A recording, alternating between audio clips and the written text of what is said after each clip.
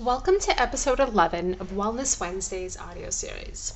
I'm Nissrine, registered holistic nutritionist and mindful nutrition and wellness coach for female entrepreneurs who are looking to prioritize their health and well-being without fad diets and wellness trends.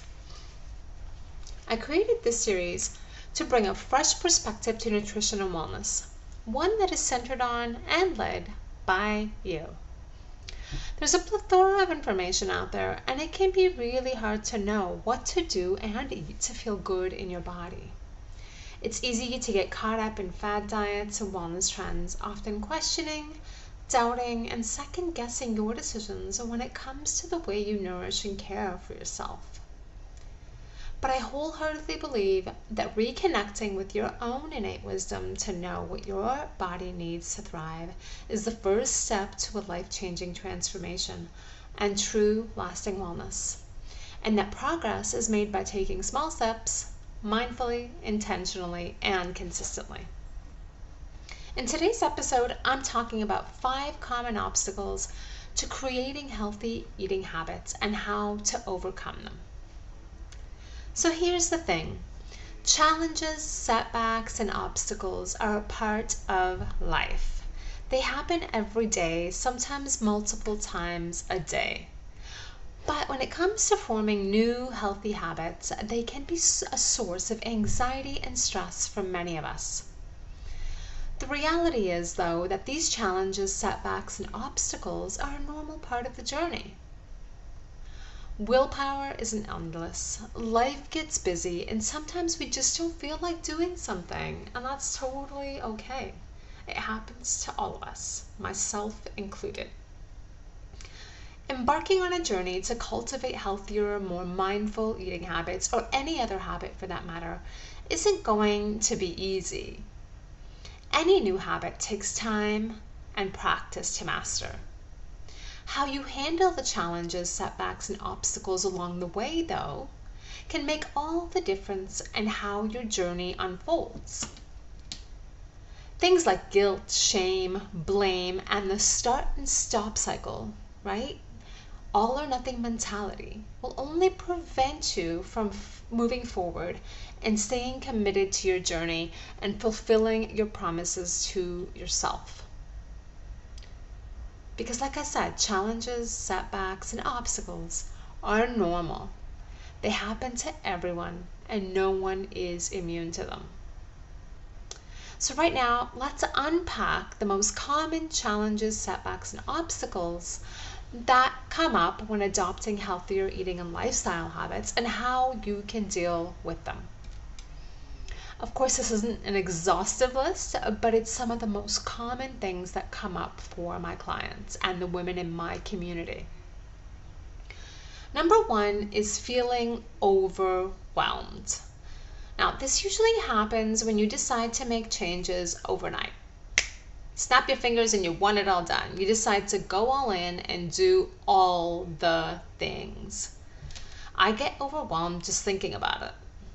It's like starting a new business today, or sort of deciding you want to start a new business today and expecting yourself to have all your systems in place tomorrow, right? All your ducks in a row tomorrow, selling tomorrow when the idea just hit you today. But it's highly unrealistic, right? Now, while it can feel tempting to make monumental changes right from the beginning, it's important to pace yourself for longevity. Right? Motivation may be what gets you started, but it certainly won't be what keeps you going. And the changes may feel overwhelming and difficult to maintain once that motivation runs out. So starting small is the best antidote to feeling overwhelmed. Lasting behavior and habit change is about taking small and steady steps consistently and for the long term. It's not about making giant leaps in the short term. Number 2 is too busy. So being too busy, that is a really common obstacle or challenge when it comes to, let's say, prioritizing your nutrition and self-care. I hear from so many women that they're just too busy to make it a priority, right? But the reality is that it's an excuse and it isn't. Okay, hear me out. As a mom and entrepreneur myself, I know all too well how busy life can get at times. And it can legitimately feel impossible to do one more thing. But I challenge you to ask yourself, what's more important than taking care of my health and well-being? Reflect on that. The truth is, nothing is more important, not even your children. Shocker, right? Hear me out here. If you can't show up for yourself fully, you'll never be able to show up for others the way they need you most, because you can't pour from an empty cup, right? And if you don't have children, I'm still going to say nothing is more important, not even your business, right? Because it's true, if you can't show up for yourself, how are you going to have the energy to show up for your business? So if being too busy is keeping you from committing to your healthy habits, then it's time to do 3 things. 1, take inventory and reprioritize the things in your life to make time for your health and well-being. There's always room for spring cleaning and reorganizing. 2, reevaluate your approach. Do you have a clear vision of what you want and why you want it? What are your motivators? Are you looking externally for them, or are you digging deep down? Is what you are doing truly aligned with your intrinsic motivators, so your why? If you're not sure how to do this exercise, check out episode 8 of the audio series, or read my article about why willpower isn't enough and what to do instead. I'll link to it in the notes below. 3rd is to ask yourself, do I have the tools, resources, and support system in place to meet the changes I want to make or need? And if so, why am I not using them? If I don't have them, how can I identify and seek them out? Many wellness coaches offer free discovery calls or initial consultations that can help you get clear about the kind of support that you need to bring your wellness vision to fruition with more ease. If you're in doubt, take advantage of my complimentary wellness consultation to chat about your goals and get the clarity you need to move forward.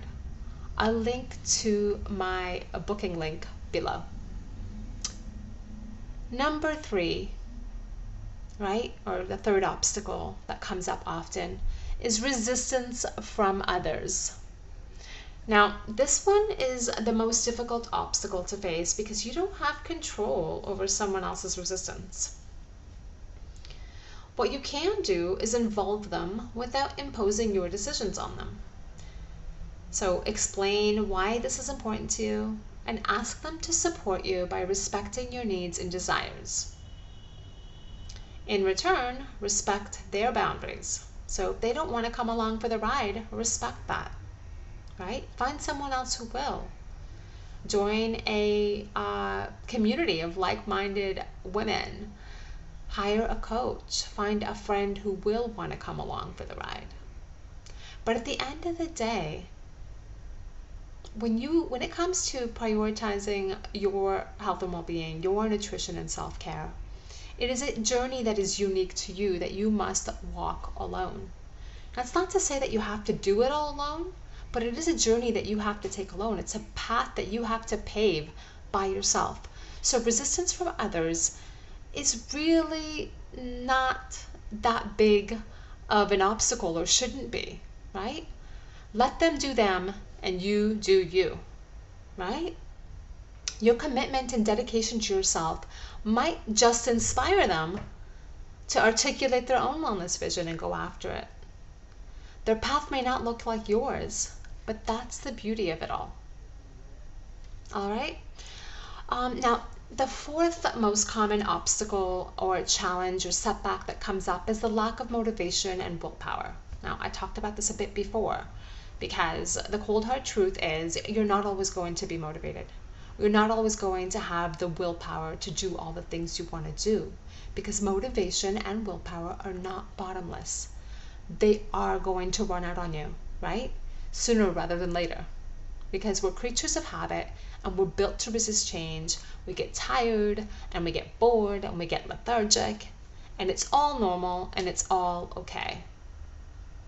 Having a vision of where you want to go, so that wellness vision that I've talked about before, having goals and intentions that you feel connected to, having a good plan in place, some routines and a support system, and a lot of self-compassion is extremely important and way more powerful than motivation and willpower. So give yourself some wiggle room. Take a break if you have to.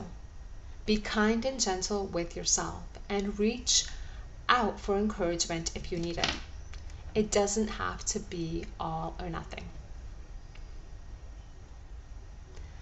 And the last but not least, most common obstacle that comes up as a challenge or a setback when prioritizing your nutrition and self-care, or when cultivating healthy eating and lifestyle habits, is negative thinking, right? Negative thinking can creep up and get the best of us in all areas of our life, in our business, in our journey as a parent, as a wife, as a friend, as a daughter, as a caretaker, right? Our inner voice or our inner dialogue has a loud voice that can be downright nasty if we let it be, if we give it the room to be, right? Yeah, you're never going to be able to stop negative thinking, in the sense that no one is positive 100% of the time. But the best way to deal with negative thoughts, from my personal experience, is to have a dialogue with your inner voice. I wrote an article about what that looks like for me, so I'll link to it below if you want to have a read through it.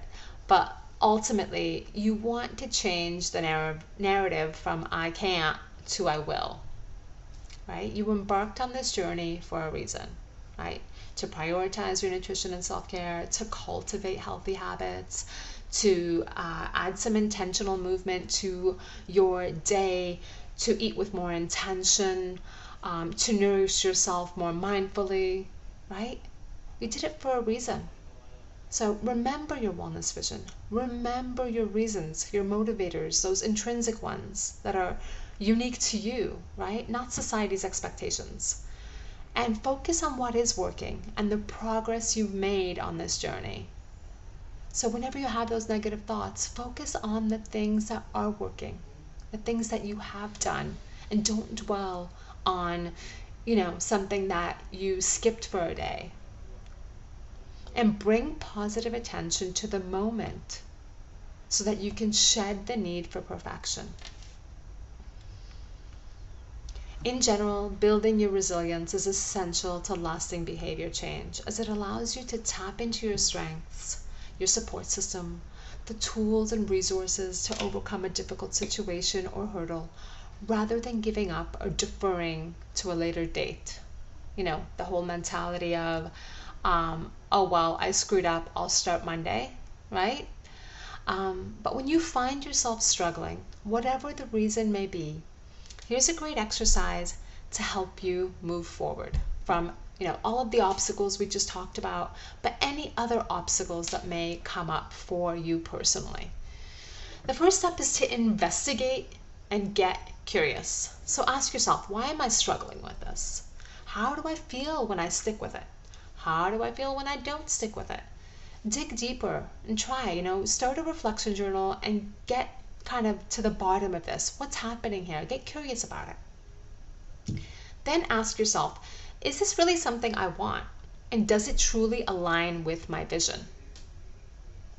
If you answer yes to these last two questions, so yes, it's something I really want, and yes, it aligns with my vision, then it's time to course correct. So ask yourself, what can I do differently to be more consistent with this? And what kind of support do I need to overcome the challenges I'm having with this particular thing?